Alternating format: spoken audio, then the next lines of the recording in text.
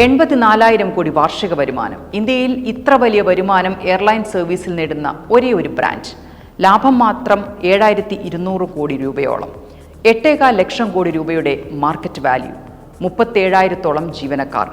ഇന്ത്യക്കകത്ത് 100ഓളം എയർപോർട്ടുകൾ. International റൂട്ടിൽ 40ഓളം എയർപോർട്ടുകൾ.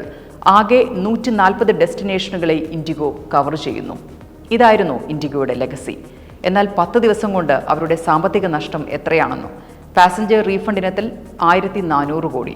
Hotel accommodation ഒരുക്കിയതിൻ്റെ voucher compensation 500 കോടി.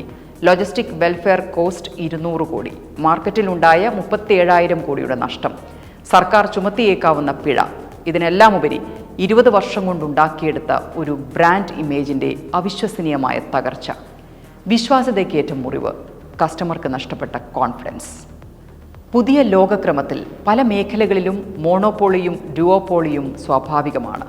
Airline സർവീസുകളിൽ 65% കൈയാളുന്ന IndiGo പോലെ, ഇന്റർനെറ്റിലും ഡാറ്റാ സർവീസിലും 60% നിയന്ത്രിക്കുന്ന റിലയൻസ് ജിയോ പോലെ, search engine, mail, video streaming തുടങ്ങിയവയിൽ ഇന്ത്യൻ മാർക്കറ്റിന്റെ 90% നിയന്ത്രിക്കുന്ന ഗൂഗിളിനെ പോലെ സമൂഹമാകെ അങ്ങോട്ട് ബ്രാൻഡുകളെ ആശ്രയിക്കുന്ന സ്വഭാവം കൂടി വരികയുള്ളൂ.